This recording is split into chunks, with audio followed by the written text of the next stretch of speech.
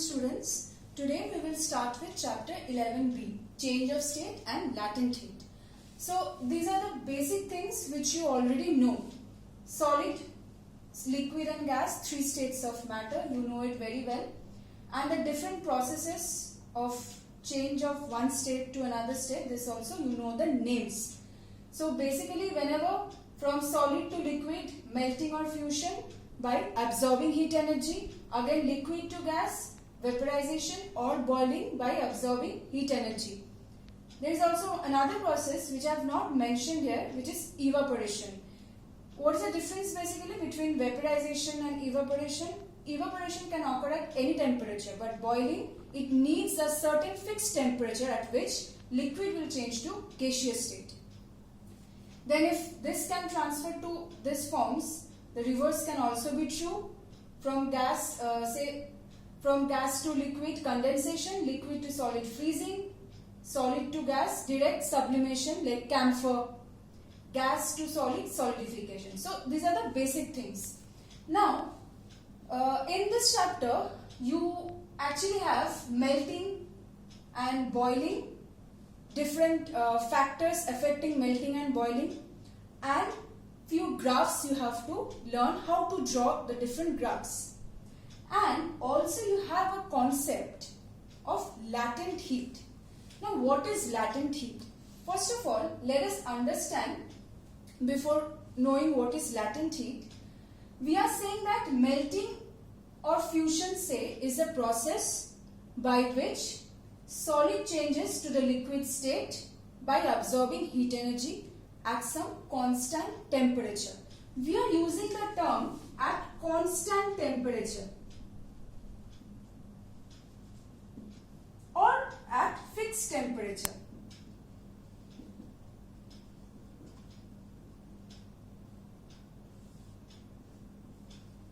So why am I using the term fixed temperature? For every change of state, boiling, liquid changes to gas on absorbing heat energy at some fixed temperature.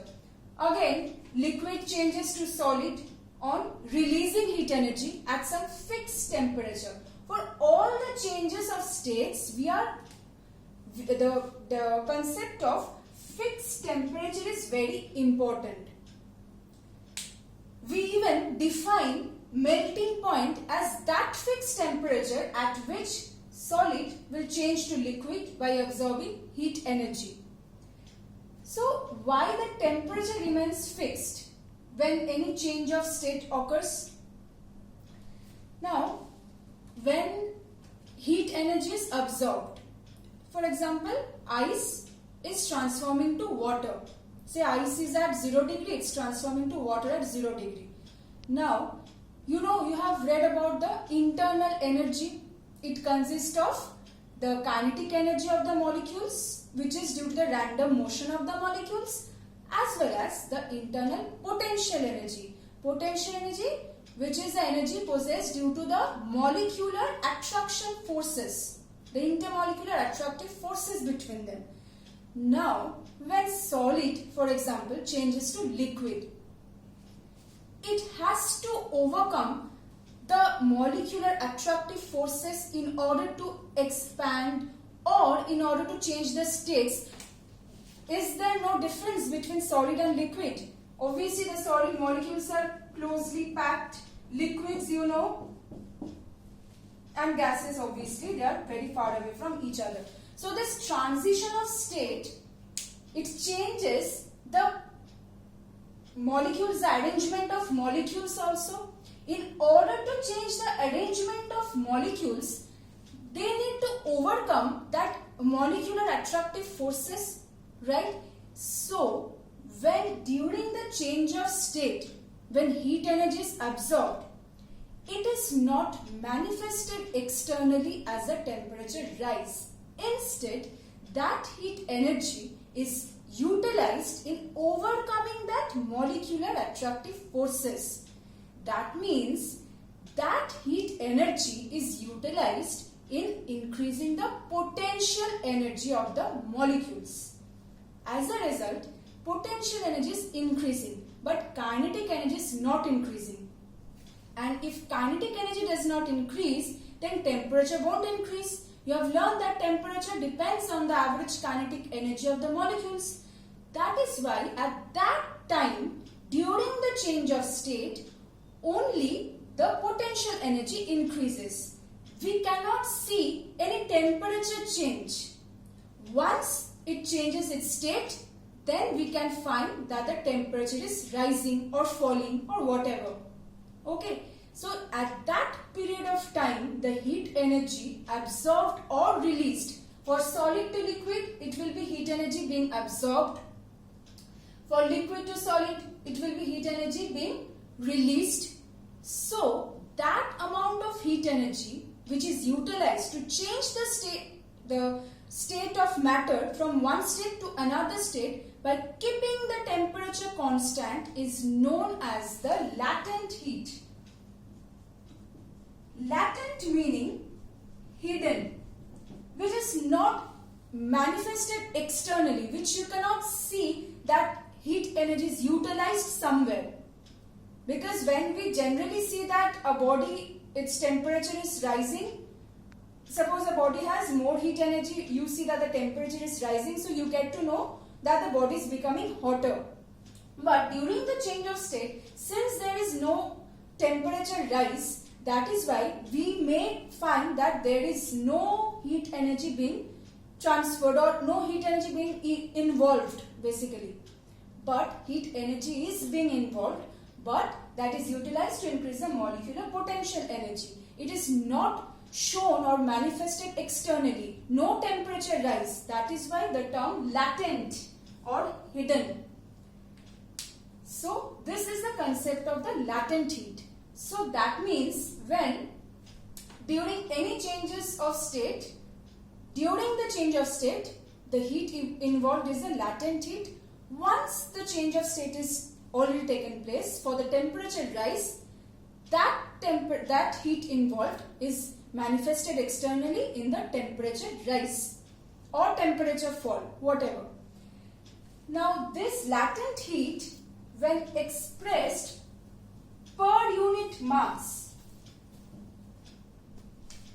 is known as specific latent heat, denoted by L, capital L, equal to Q by M.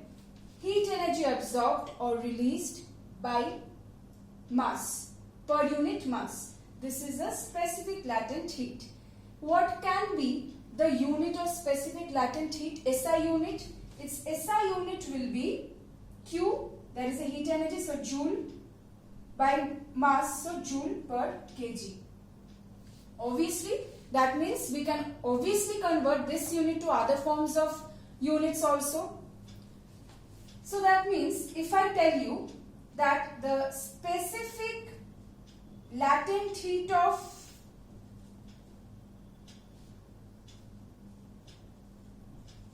fusion of ice, fusion means melting of ice, is say 80 calorie per gram. What is the meaning of this statement? This means 80 calorie of heat energy is required to change the state of 1 gram of ice, 1 gram of ice to 1 gram of water at 0 degrees Celsius, because we know that ice melting point is 0 degree Celsius. If it is not mentioned to you, say a body A, specific heat of A is say 50 joule per kg. How will you explain? Latent heat of fusion, say specific latent heat of fusion of A is 50 joule per kg. How will you explain? 50 joule of heat energy is used by A to change its state, to change the state of 1 kg of A from its solid state to 1 kg of A to its liquid state at the fixed temperature. You need not mention the fixed temperature because you don't know what is the melting point or freezing point. One more thing, For pure substances, I hope you all know that melting point, freezing point, identical. Say for example, for ice, 0 degrees Celsius is a freezing point as well as a melting point. For water, vaporization, that's a boiling point, or the condensation point, both the same, 100 degrees Celsius. So, this is how you explain the specific latent heat. Okay, now you have few consequences of the specific latent heat of fusion of ice being very high. You will find few values given in your book. You will find, you don't have to memorize the values. For numericals, the values will be provided to you. You will find that ice has a very high specific latent heat of fusion. So it has various consequences. First consequence is, say, snow on the mountains does not melt all at once because ice has very high specific latent heat. That means huge amount of heat energy will be absorbed before it can be, actually it can show its temperature change. So in order to change the state, it needs huge amount of heat energy.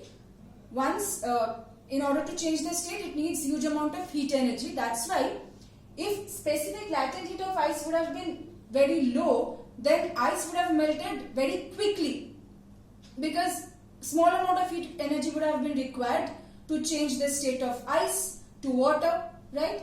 Again, see, you have drinks get cooled more quickly by adding pieces of ice than ice cold water at 0 degrees Celsius. Suppose you have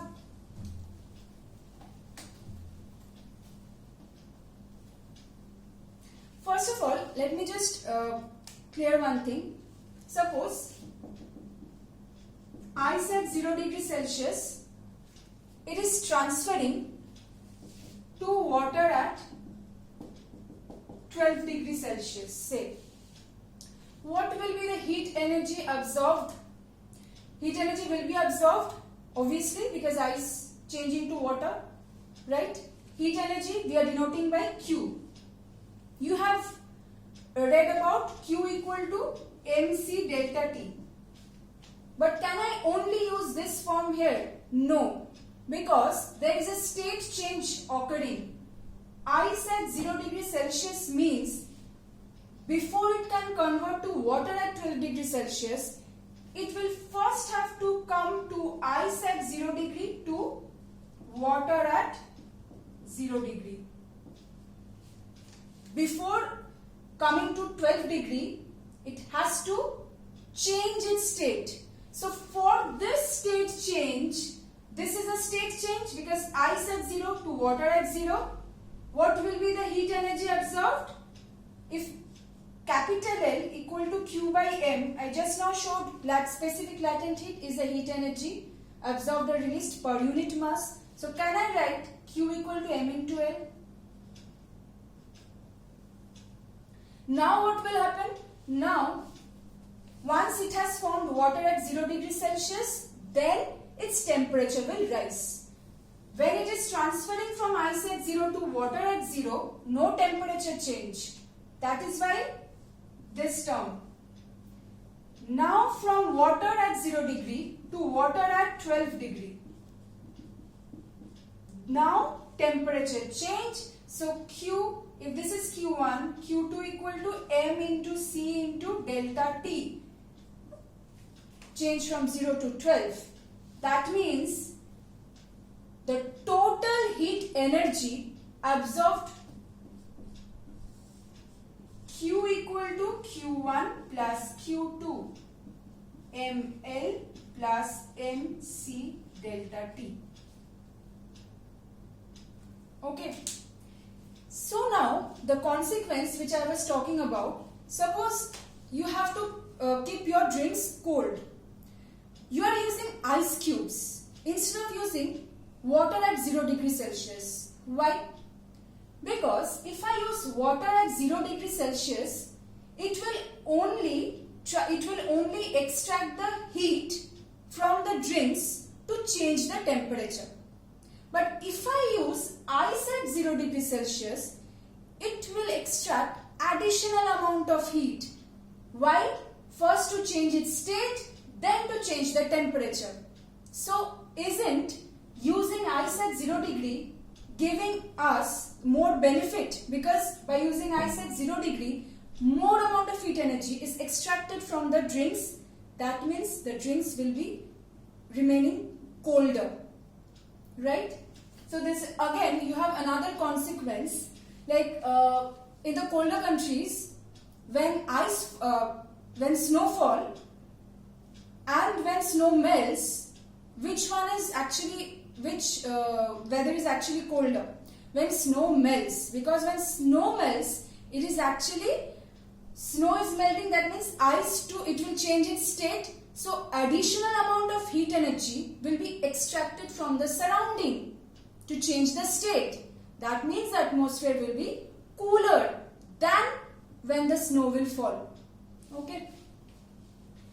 So now, this was about the specific latent heat, the consequences of high specific latent heat of ice, that is fusion of ice, and how to write.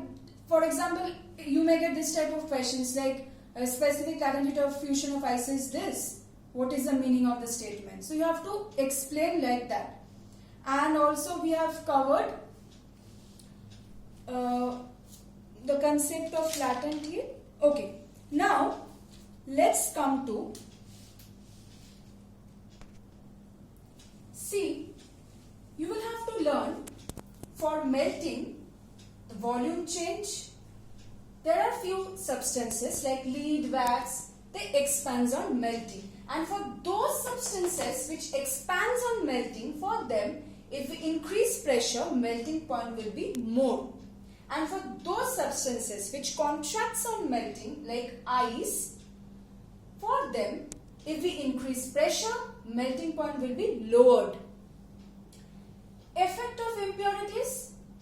On adding impurities, melting point decreases. For example, freezing mixture. I think you have learned in chemistry that ice and salt mixture is taken to lower the melting point. Freezing mixture used for kulfis and etc. Boiling. For all substances, expands on boiling. Effect of pressure. With increase in pressure, boiling point increases. What is the consequence? In high altitudes, you know that as we move higher, that means as the altitude is more, with height, pressure decreases, atmospheric pressure decreases, that means boiling point will decrease because it is directly proportional to pressure. So if boiling point decreases at higher altitudes, it is difficult to cook. Why? Because the water will boil much below 100 degrees Celsius. So the contents of which you are cooking, it won't get enough time to be cooked. That is why pressure cookers are preferred. Because pressure cooker, huge amount of pressure is being developed. So pressure is more, boiling point is more, so the food can be cooked properly. Effect of impurities on boiling. Boiling point increases with the increase in impurities. Consequence, we add salt in cooking. Because if we add salt, boiling point will be increased. That means the water will be boiling above 100 degrees Celsius. So the food will get time to get cooked and it will be easier and faster to cook the food then. Okay. So this was about the melting and boiling points and effect of pressure, impurities on both of them. You have to learn this. And then you have to learn how to draw graphs. Okay, let's see. I'll just illustrate two graphs. See, ice at 0 degrees Celsius to steam at 100 degrees Celsius. If you have to draw the graph, how will it be? Ice at x-axis time, y-axis temperature in degrees Celsius. Ice at 0 degrees Celsius. So before converting to steam, first of all, ice at 0 means ice at 0 to water at 0. It will change its state first from ice to water. Ice to water. This is the melting. So what does it represent? At this point, water at 0 degrees Celsius. Now when already water has formed, temperature will rise now. State has changed. Water at 0, how long will it rise the temperature? Till 100 degrees Celsius. Why? Because boiling point of water is 100 degree. At this point, it is water at 100 degrees Celsius. Now what will happen? It will start boiling. Why am I just keeping it horizontal? Because parallel to the x-axis, temperature constant. Why constant? That's why parallel to the x-axis. So ultimately, at some point, steam at 100 degrees Celsius. See this one? Boiling curve for water at 30 degrees Celsius. Water is initially at 30 degrees Celsius. So it is boiling. That means first temperature will rise. 30, 40 like this. Till 100 again.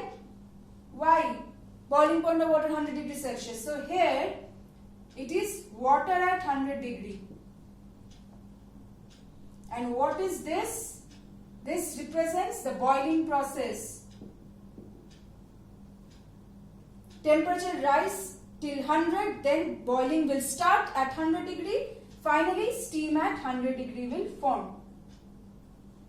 So you get different types of graphs like this. Just remember, whenever there is a state change,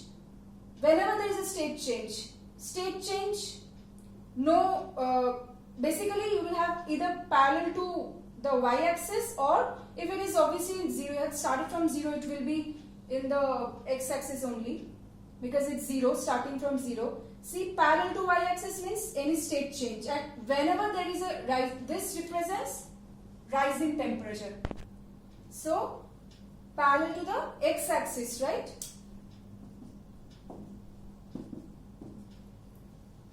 The state change parallel to x-axis. Okay, so we will practice more graphs. So that's all for the theory part of 11B. Okay, so we'll resume with the different parts of the chapters, the next video sessions. Thank you.